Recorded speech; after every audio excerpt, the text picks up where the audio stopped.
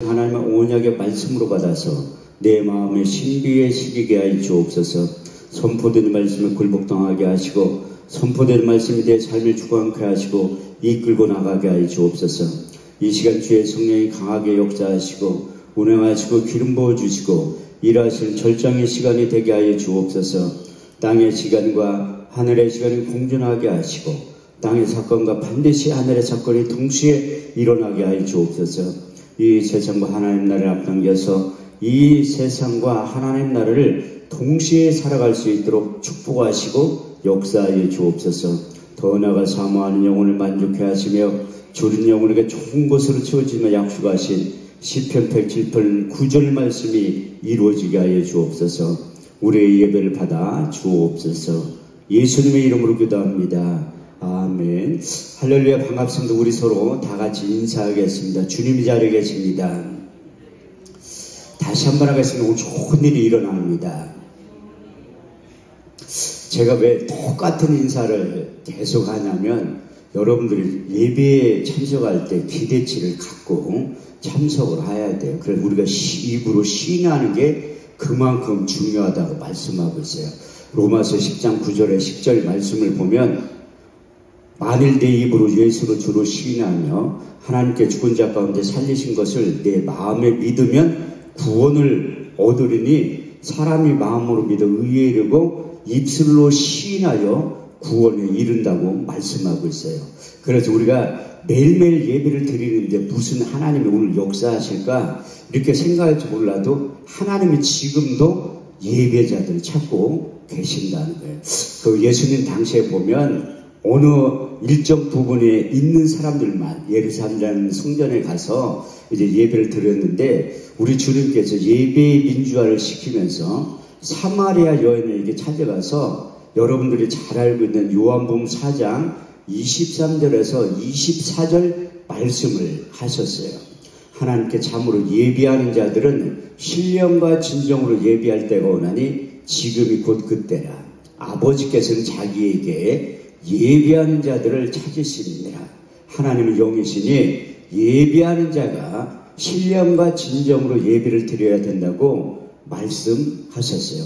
제가 서두에 말씀드렸듯이 예배라는 단어가 어디에 처음 등장하냐면 창세기 22장에서 등장하는데 하나님이 그 아브라함의 자녀 독자 이삭을 바치라는 데부터 샤라는 예배가 등장을 하고 있습니다. 그 샤라는 뜻이 무엇인가 하면 무릎 꿇고 하나님 앞에 복종하다, 무릎 꿇고 하나님 앞에 경배하다라는 뜻을 내포하고 있는데 창세기 22장 5절에서 6절 말씀을 보면 내가 아이와 저기 가서 예배하고 너에게 돌아오리니 이에 아브라함이 번제나무를 가져다가 그 아이 이삭에게 지우고 자기는 손에 칼과 나무를 가지고 그 아이와 동행했다고 말씀하고 있어요. 우리의 이성과 상식으로는 도저히 납득되지 않지만 하나님께서 요구하는 것은 독자 이삭을 바치라는 데부터 예배라는 단어가 시작이 되었는데 이것이 쉬운 것 같지만 절대 쉽지 않다는 거예요. 그래서 우리가 예배를 통해서 하나님의 선하시고 기뻐하시고 온전하신 뜻이 어디에 있는지 분별할 수 있는 신앙의 안목을 활짝 열어주신다고 말씀하고 있어요. 그래서 우리가 예배에 집중해야 될 이유가 하나님의 뜻이 무엇인지 발견하기 위해서 우리가 예배에 참석하는 거예요. 그래서 사도행전 13장 2절 말씀을 보면 하나님께서 항상 중요한 일을 앞두고 금식을 하게 만드는 거예요. 예배에 집중하게 만드는 거예요. 주를 섬겨 금식할 때에 성령이 이르시되 내가 불러 시킨 일을 위하여 바울과 바나바를 따로 세웠다고 말씀하고 있어요. 우리는 특히 사명자들은 하나님께서 불러 시킨 일을 하는 것이 정확한 소명이고 사명이라는 것을 오늘 말씀을 통해서 깨달아 알아야 할 것입니다. 그래서 제가 여기 와서 5번의 설교를 하고 가는데 고린도전서 3장 6절 말씀을 보면 나는 심었고 아볼로는 물을 주었으며 자라게 하시리는 하나님이라고 말씀하고 있어요. 그래서 5번의 설교 가운데 첫 번째 제가 말씀드렸던 게 히브리서 13장 8절 말씀을 통해서 어제나 오늘이나 영원토록 동일하신 예수 그리스도에 대해서 말씀을 증언하였고, 두 번째는 히브리서 4장 12절에서 13절 하나님의 말씀은 살았고 운동력이 있어 좌우의 날선 어떤 검보다도 예리하여 혼과 영감이 관절과 골수를 찔러 쪼개기까지 하며, 세 번째는 새 일을 행하리라. 이사 43장 18절에 19절 말씀, 너희는 이전 일을 기억하지 말라. 옛적 일을 생각하지 말라. 보라 내가 새 일을 행하려니 이제 나타날 것이라. 정령이 너희가 그것을 알지 못하겠느냐. 내가 광야의 길을 사막의 강을 내리라. 네 번째는 어제 저녁에 설교했던 것은 고린도서 1장 20절에서 22절 말씀이, 하나님의 약속의 말씀은 얼마든지 그리스도 안에서 이해가 되니 그런즉 그런 말미암아 우리가 아멘하여 하나님께 영광을 돌리게 되느니라.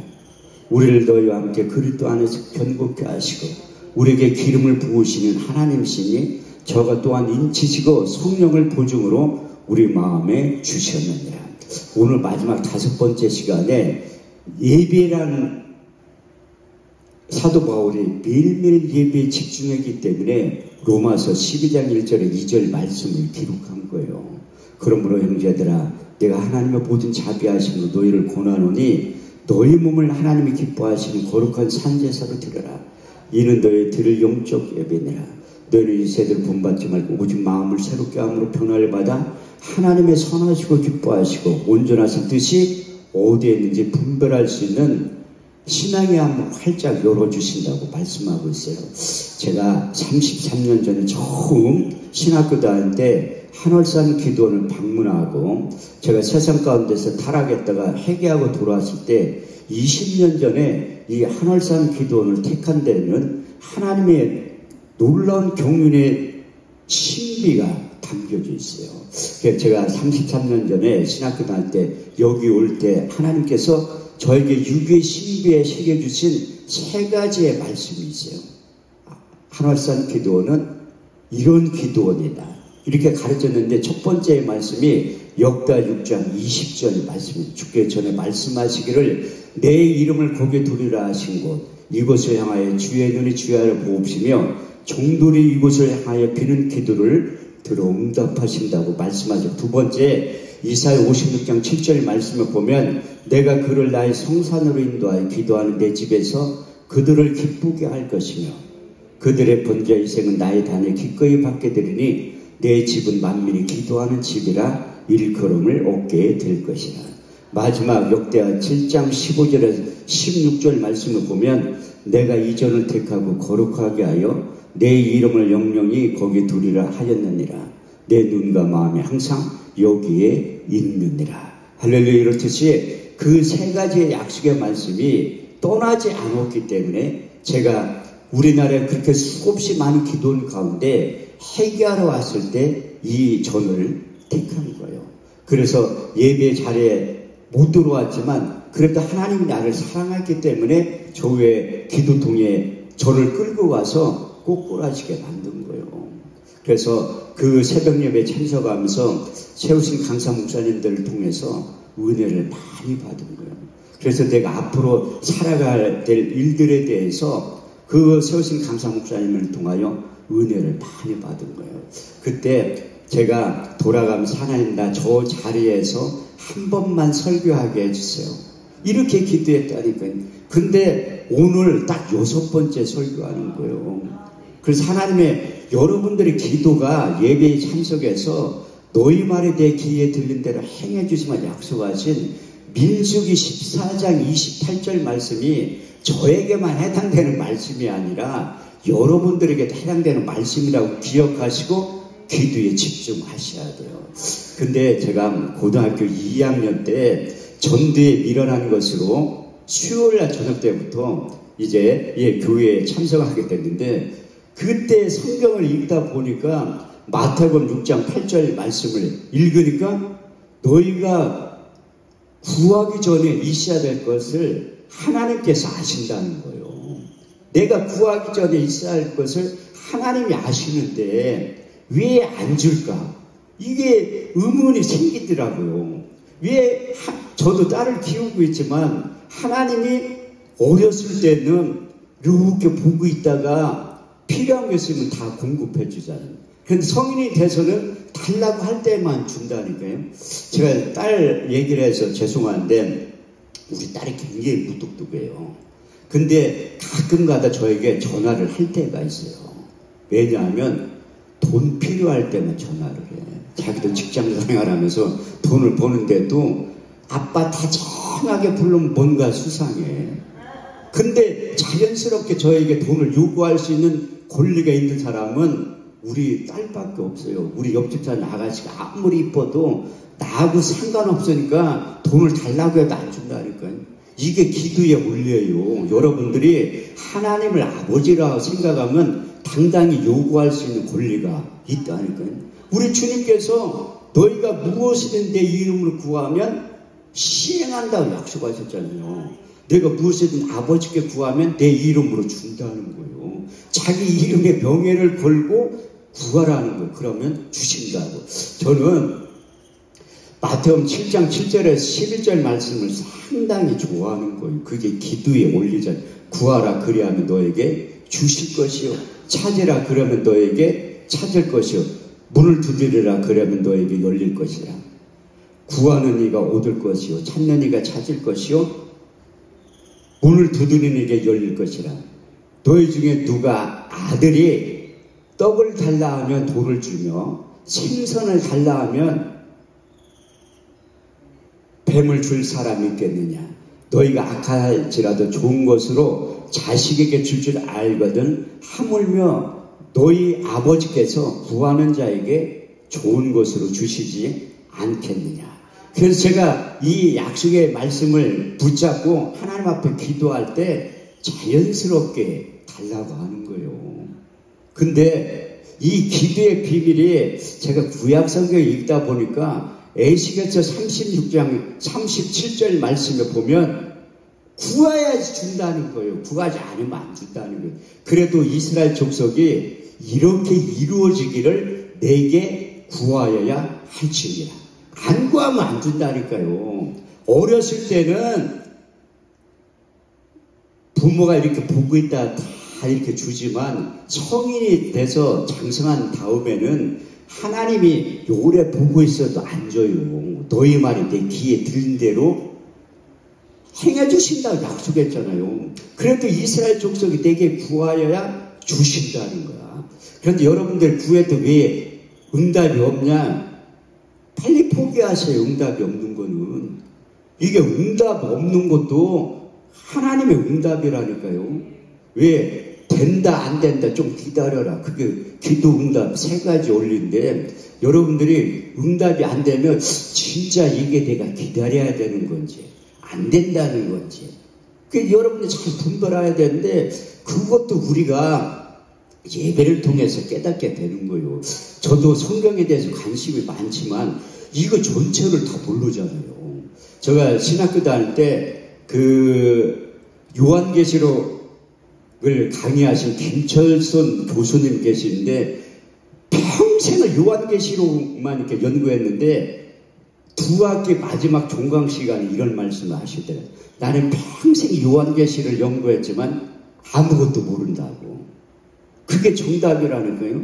이 성경은 살아있는 생명의 말씀이라 제가 1년 전에 봤던 성경 똑같은 내용하고 지금 보는 거하고 1년 뒤에 보는 거하고 틀려요. 똑같은 것 같아요. 왜? 생명이기 때문에 그래요. 요한복음 6장 63절 말씀에 보면 살리는 것은 영이는 육은 무익함이라. 내가 이런 말이 영이요 생명이 될 줄 믿어야 된다는 거예요. 그래서 많은 분들이 그 하나님의 약속의 말씀이 육의 신비에 새겨지고 하나님은 그렇게 된다고 약속으로 하신 거예요. 근데 안 믿는다니까요. 시편 80편 10절에 12절 말씀을 보면 내가 너희를 애굽 땅에서 인도해낸 여호와 하나님이라. 내 입을 넓게 열라 내가 채우리라 했으나 저희가 내 말을 듣지 아니하였고 이스라엘이 날 원하지 아니하였도다.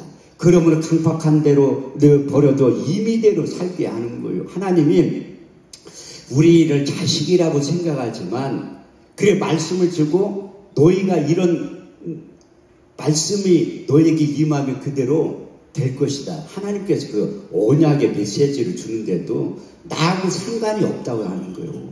자기 기준에 맞는 대로 받아들이고 자기하고 좀 꺼리찔하고 찔리는 것 같으면 나하고 상관없다고 생각해요. 그렇게 성경을 인위적으로 자기가 좋은 것만 받으려고 하고 쉬운 건 안 받으려고 하는 거예요.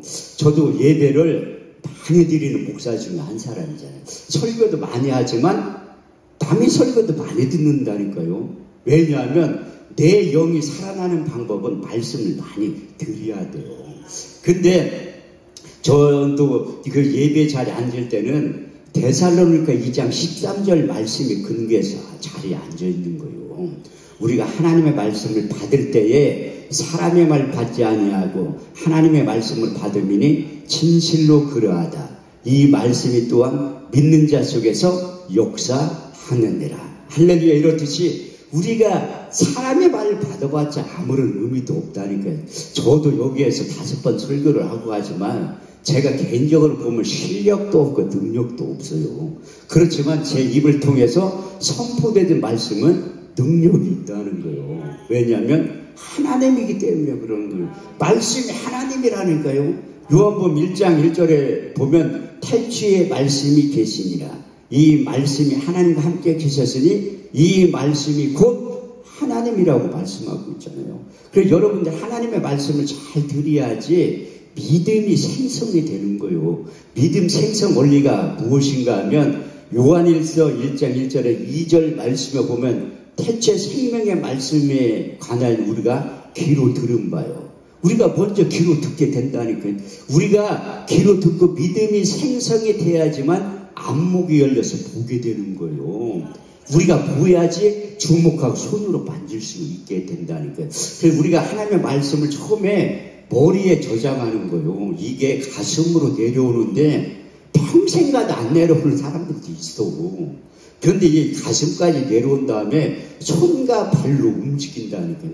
오죽하면 이스라엘 백성들 우리가 하나님의 말씀을 안 들으니까 생각을 사로잡아 그리스도께 복종케 하는 거예요. 그래서 성령이 우리 육체 가운데 전사하고 들어오면 새로운 마음과 새 영을 부어주시는 거예요.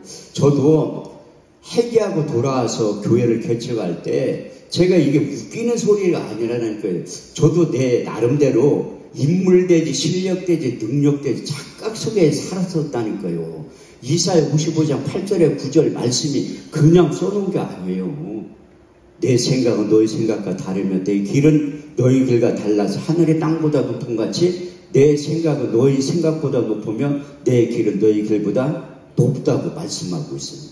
그래서 하나님께서 성남의 교회를 개척시켜 준 데는 철저히 내가 목표적으로 해야 될 일이 있기 때문에 거기에 교회를 개척시킨 거예요.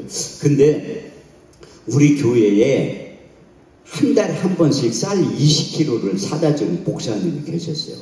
그 목사님 예배 한 번 잘 드리고 예배 성공자로 그분이 수지를 맞은 거예요. 그분 표현에 의하면 내가 다시 한번 부활했다고 표현을 하시다. 아니 목사님 죽지도 않았는데 무슨 부활을 했냐니까 그런 사건이 있었는데 제가 그 일을 말씀을 드리려고 하는 거예요. 그래서 그분이 우리 교회가 힘드니까 쌀을 사가지고 오는 거예요. 한 달에 한 번씩. 제일 반가워. 그분이 솔직히 얘기하면 그분을 반가워해야 되는데 쌀이 더 반가워. 그만큼 힘든 가운데에서 목회를 했다는 거예요. 우리 교회 오는 성도들이 몇 명 안 돼도 교회에서 먹는 밥이 제일 잘 먹는다는 거야. 그만큼 환경이 어떤지 알겠죠. 그래서 그분 올 때만 손꼽아 기다리는 거야. 손꼽아. 쌀 기다리는 거야. 쌀. 나중에 그분하고 친해지니까 그분이 우리 교회 형편을 아니까 그분이 참 믿음이 좋으신 분이에요. 사회에 있을 때 뭐를 했냐면 교장 선생님을 하신 거야. 그 성남의 그 K16 앞에 유튜브 중계하니까 7명을 거하게 뭐 해가지고 그 고등학교 교장 선생님을 했었는데 거기에서 아이들에게 신앙 교육을 시킨 거예요. 세례도 주고 가르치니까 그 선임 사이에 소문이 나가지고 이사장 귀에 들어가가지고 퇴직을 강요받은 거예요. 그래서 이제 그만두시고 신학을 공부해가지고 분당에 교회를 개척한 거야. 안 젊은 내가 해도 잘 안 되는데 교장 출신이라고 교회를 개척했는데 될 것 같아요? 이 교회 개척이 참 쉬운 게 뭐냐면 안 될 것 같아도 또 되고 될 것 같아도 안 돼. 그게 참 신비야. 저도 교회를 개척하는데 금방 아유 목사님도 보니까 너무 게을러. 내가 교회 개척하면 3년만 되면 한 1000명 될 거야. 이렇게 생각했었다니까. 그런 믿음이 있으니까 교회를 개척했지. 저는 부교육자 경험 하나도 없어요. 신학교 졸업 맞고 오라는 데가 있어야지 가지. 가고 싶지도 않고. 그래가지고 아무것도 모르는 상태에서 교회를 개척한 거예요. 돈 좀 있을 때 교회 개척시켜주면 얼마나 좋아. 한 푼도 없을 때 교회를 개척한 거예요. 그래서 그 교회 자리에 내가 보고서 찾아갔는데 난 그때 하나님 말 잘하시는 능력을 주셨다 확실히 믿는 거라는 거예요. 그 합동충 목사님인데 내가 2시간 동안 얘기를 한 거예요. 그 교회가 2천에 65만 원, 시설비 700만 원이야. 근데 2시간 동안 얘기하면서 시설비를 깎았어요. 200만 원, 500만 원만 내가 드린다고 한 거야. 내가 지금 돈이 없기 때문에 5개월 할부로 한 달에 100만 원씩 드린다고. 그랬더니 그 목사님이 막 웃는 거야.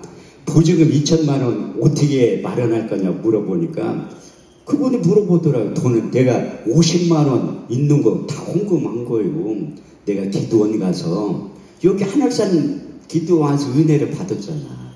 내 기도원 가서 2천만 원 2달 만에 마련해가지고 온다니까 막 웃어. 아니 현직 목회자가 기도해도 2천만 원 마련하기가 쉬운 게 아닌데 목회 경험이 하나도 없는 사람이 기도원 가서 2천만 원 만들어가지고 온다니까 배꼽을 잡고 웃더라고요. 그러는데 자기가 기도원 가지 말고 여기에서 기도하래. 키를 줄 테니까. 근데 자기는 고난이 없대. 사모님한테 고난이 있지. 아니 진작 얘기를 해야지. 빨리 사모님 모시고 오라고. 그걸 리바이벌 한다니까 2시간 동안. 그러니까 그 사모님도 설득을 당한 거야. 2달 동안 그 사모님이 임대료를 내줄 테니까 딴 데 가지 말고 여기서 기도하라고 하더라고요. 그래서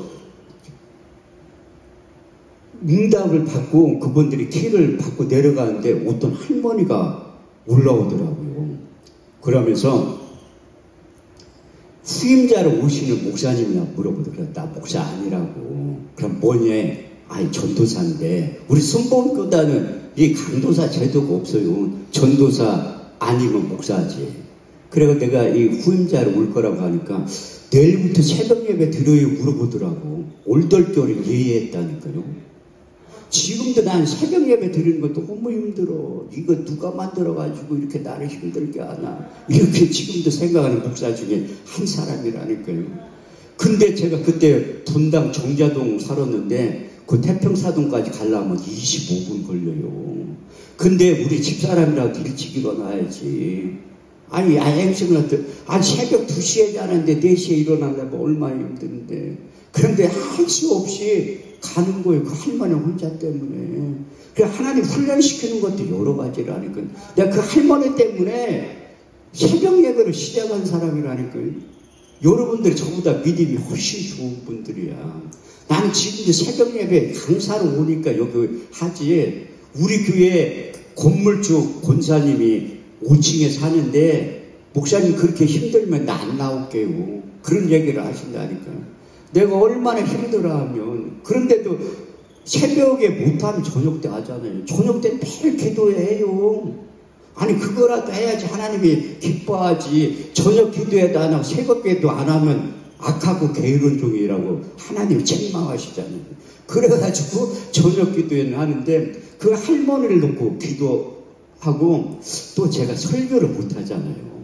내가 지금 이게 찬송을 몇 곡배인이 안 부르는 거 여러 눈치 빠른 분들은 알 거야. 우리 교회 반주자들 목사님 왜 다른 것 좀 연습을 해가지고 해야지 맨날 찬송가 10곡을 내일 넘지 못하냐고. 또 여기서 보니까 우리 교회 반주기하고 또 번호도 틀려. 그래가지고 아는 거 지금 3곡 가지고 일주일에 하는 거라니까요. 아니 못하는 것도 아는 것만 하면 되지.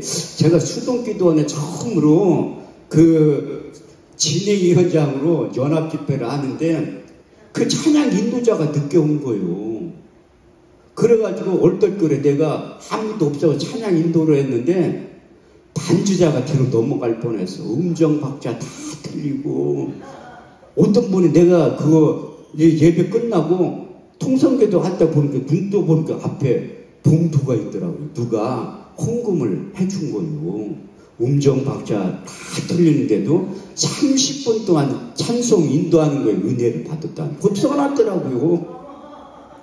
지금은 저 찬양 무지하게 잘하는 거예요. 얼마나 연습을 많이 하는데 내 구주 예수를 더욱 사랑 내가 한 1000번을 넘게 불렀다니까요. 똑같은 건 부르는 거예요. 주님을 의지합니다는 내가 2000번도 넘게 불렀어요. 그게 1만 시간의 법칙이라는 거예요. 이 찬송을 못 부르잖아. 근데 우리 교회 성당에서 오는 분들은 다 할머니들밖에 없어. 음정 박자 다 틀려. 그럼 우리 집사람이라도 찬양을 잘 불러야지. 나보다 더 못 불러. 그래서 찬양은 되도록 짧게 한두 곡만 부른다니까요. 그런데 계속 부르니까 좀 늘더라고. 설교도 마찬가지예요. 그분이 정 목사님이 나를 자기 교회에 부른 거야. 나는 그때 처음으로 부흥회 하러 간 거예요. 6개월 동안 일주일에 한 번씩. 매주 갔다니까 매주. 그분도 할 일이 없으니까 나를 불러가지고 설교를 해보려는 거야. 2시간 동안. 그 대신 분당에는 맛있는 식당에 가서 식사 대접을 한다는 거야. 그분은 이제 연금이 나오니까 재정이 있으니까 나 식사 대접하고 나는 이제 설교를 하는 거예요. 6개월 동안 설교했다니까요. 미천 딸려면 못해요. 아니 똑같은 사람 한 명 앉혀놓고 어떻게 6개월을 해. 근데 6개월째 되는 날 그 목사님이 저기 서울에 있는 공릉동에 모교회를 가자고 하더라고요. 그런데 따라왔지. 아니 식사를 분당에서 해도 되는데 뭘로 거기 먼 데까지 가는 게 일단 가자. 가가지고 1층부터 11층까지 있는 교회 1층부터 11층까지 올라간 다음에 자기를 위해서 축복기도 좀 해보려는 거야. 아이고 선배 목사한테 내가 어떻게 축복기도 하니까 괜찮대.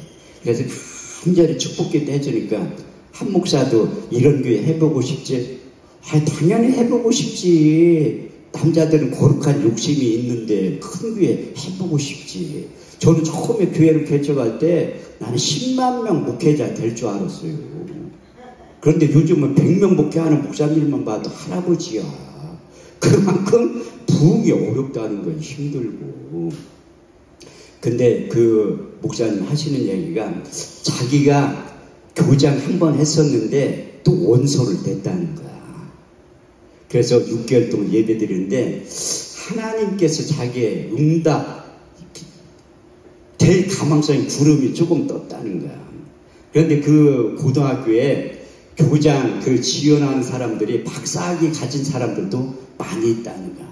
사람의 시각을 볼 때는 자기가 교장 될 확률이 0.0001%도 안 된다는 거야.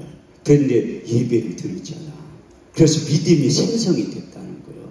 그래서 원서를 내려 면접 보러 가기 전에 저를 또 불러가지고 기도를 해두려고 하더라고요.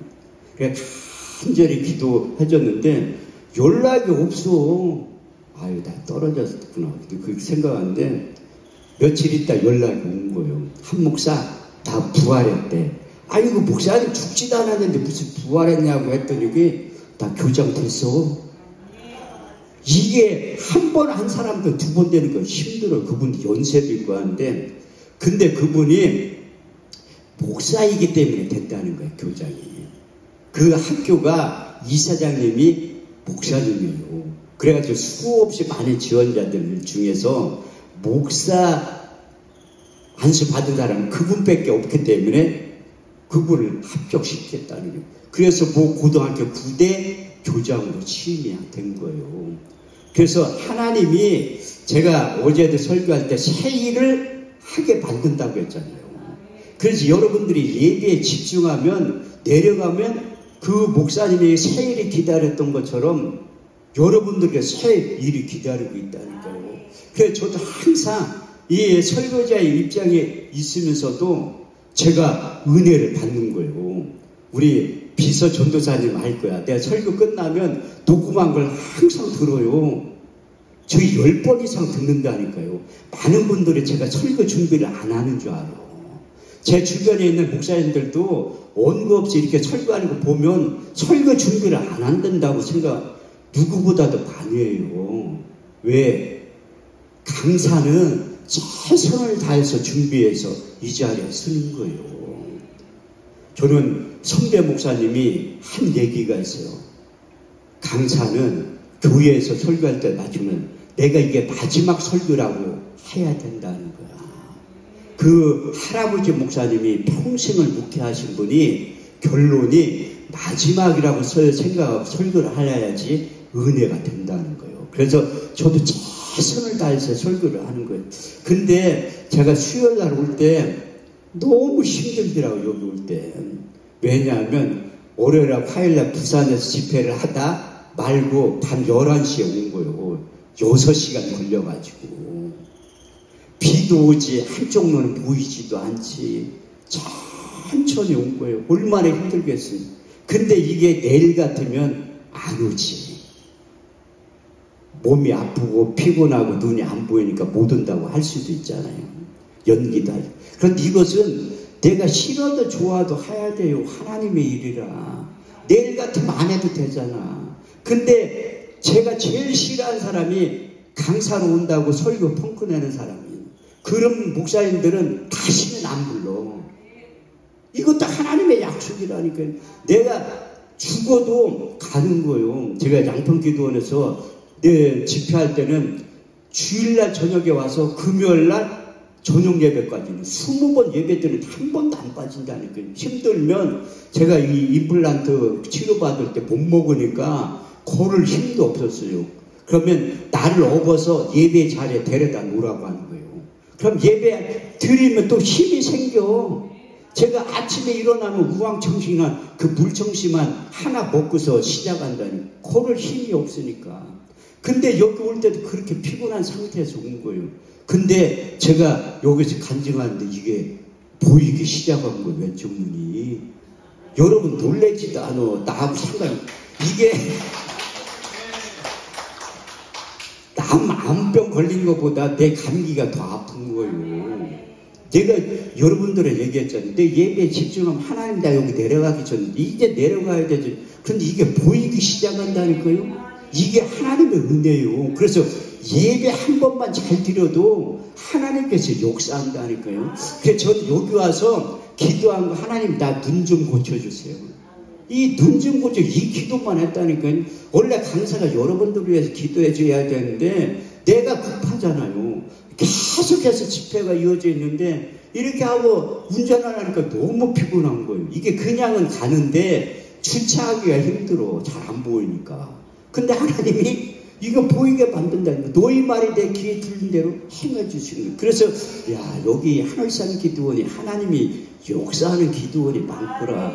그래서 제가 여러분들에게 부탁하고 싶은 게 뭐냐면 하늘산 기도원 홍보 요원이 되셔야 돼요. 내가 원장님한테 허락받지 않고 여러분들에게 홍보위원으로 이쪽으로 한다니까요. 여러분이 나가서 부지런히 자랑을 하셔야 돼. 이 하늘산 기도원에 대해서 원장님 소개를 여러분들이 하셔야 된다니까요.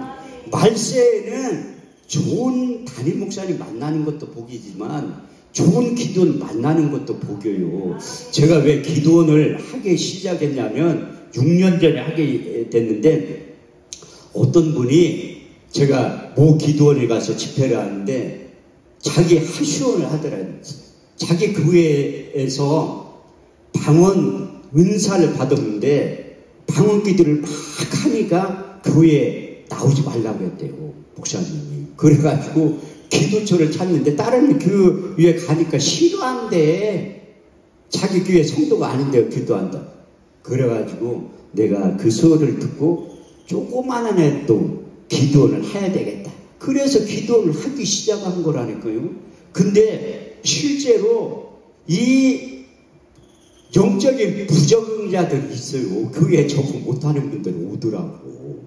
그래가지고 그분이 그냥 자연스럽게 기도하고 가라고 해요. 저는 와도 예배 잘 안 드린다니까요. 그냥 기도원에 기도하러 왔으니까 혼자 네 독대에서 예수님 만나고 힘을 받고 가라고 하는 거예요. 식사는 기도원에 제공하니까 숙식은 무료로. 그렇게 하니까 참 보람도 있어. 가장 보람 있었던 일들이 뭐냐면 우리 교회에 지금도 6년째 오시는 분들이 2명 있어. 한 분은 교도가 아니고 한 분은 기도를 많이 하는 분이야. 그분이 저만 보면 원장님 기도 좀 많이 좀 하시라고 얘기한다니까요. 우리 교회 성도들도 목사님 기도 좀 많이 하셔. 아니 담임 목사하고 원장은 안 볼 때 다 해. 아니 안 볼 때 다 한다니까요. 볼 때는 잘 안 해도. 안 볼 때 아니 목사가 기본적으로 기도는 한다. 저는 많이 오래 기도는 안 해도 꾸준히 한다니까요. 꾸준히. 그게 얼마나 무서운 건데 꾸준히 하는 게. 그런 분들이 그 기도원 간판 십자가 걸 때 온 거요. 지나가다. 아 여기 학교 옆에 기도원이 있네. 그래서 저는 수원 갈 때 그 바로 옆에 있는데 십자가 불 켜는 게 내가 이려요. 학생들이 그걸 본다니까. 여기 십자가가 있네. 여기 기도원이 있네. 그럼 들어와서 기도원 앞에서 담배를 펴. 내가 담배 펴도 좋으니까 기도원 와서 이따가 가라고 하는 거예요. 그 앞에 보면 담배 공주가 수두룩해. 담배 필 때가 요즘은 없잖아요. 기도원 앞에서 담배 핀다니까. 그래도 하나님이 그들을 사랑, 나도 그들을 사랑하는 거예요. 언젠가는 그 아이들이 십자가를 보고 기도원이라는 것 각인이 되면 때가 되면 하나님이 콜링을 할 때가 있어요. 그래서 여러분들이 우리 기도원 자랑할 필요 하나도, 기도원 이름도 안 가르쳐 드리죠. 여러분들이 해야 될 일은 하늘산 기도원 자랑만 하시면 돼요. 이영금 원장님 자랑만 하시면 된다니까. 저는 이 하늘산 기도원을 한 주간 동안 있으면서 느낀 게 뭐냐면 코로나19를 통해서 다 무너졌잖아요. 기도원이. 그래서 제가 전국을 돌면서 작은 기도원 살리기 운동을 하는 거예요. 근데 모체가 돼야 되잖아. 우리나라에 큰 기도원도 많이 있지만 이렇게 많은 영혼들을 살리는. 어제 왔던 그 50 하는 분들하고 그 김태현 집사님도 여기 다른 것 같대. 우리 2월달에 왔던 그 강사 목사님들도 여기는 다른 것 같다고 하더라고요. 그래서 연세 드신 분들은 이 기도원에 대한 추억이 있잖아요. 우리 2월달 집회할 때도 연세 드신 분 권사님들이 3번 오신 거야. 옛날에 여기 와서 은혜를 많이 받았다고 하더라고요. 그래서 내가 하늘산 기도를 집회하는데 오실 수 있냐니까 얼른 오신다고 하더라고요. 심지어 부산에서도 왔어요. 13명. 2월달 집회할 때 13명이 왔다니까요. 근데 그분들이 다 하늘나라 가면 추억이 없어지잖아요. 여기 젊은 분들이 부지런히 은혜를 많이 받아가 나가서 간증을 해야 된다니까요. 그런데 뭐 간증거리가 있어야지 하지. 제가 왜 이 임플란트 얘기는 왜 하냐면 내가 뭐 기도원에서 간증한 세계적인 부흥사가 그 간증을 듣고 저를 부르더라고요. 한 목사 어느 기도원에 가든지 어느 교회 집회하든지 이 임플란트 간증은 하라고 하더라고요. 내가 감기에 걸렸다 나시면 간증거리가 없잖아요. 근데 이 임플란트는 이게 간증거리가 된다니까요. 어떤 분 우는 사람도 있어요. 이게 4천만 원짜리라니까 이게. 그래 간증거리가 되잖아. 그래서 여러분들도 간증거리를 하나님이 만들어주는 거예요. 여러분의 힘과 능력으로 해결 안 될 때 하나님께서 역사하시고 여러분들 인생 가운데 찾아오셔서 대신 싸워주신다는 거예요. 출애굽기 14장 13절 14절 말씀이 그냥 써있는 게 아니라니까요. 우리가 인생을 살아가다 보면 앞에는 홍해가 가로막혀 있고 뒤에는 애굽의 군대가 따라오는 내 힘과 능력으로 도저히 감당할 수 없을 때 하나님께서 이런 위로의 말씀을 하시는 거예요. 모세가 백성에게 고하여 이르기를 너희는 두려워하지 말고 가만히 서서 오늘날 너희를 위하여 행하시는 구원을 보라. 너희가 오늘 본 애굽 사람 영원히 보지 아니하리라. 여호와께 너희를 위하여 싸우시리니 너희는 가만히 있을지어다.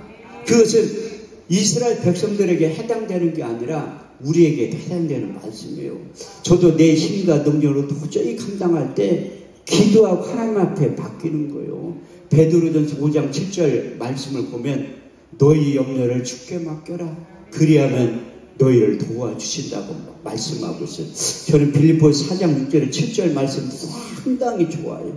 아무것도 염려하지 말고 오직 모든 일에 기도와 간구로 너희 구할 것을 감사함으로 하나님께 아뢰라. 그리하면 모든 지각에 뛰어난 하나님의 평강이 그리스도 예수 안에서 너희 마음과 생각을 지키시리라.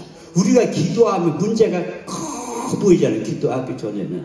근데 기도하고 눈 감고 기도할 땐 다 해결이 된 것 같아.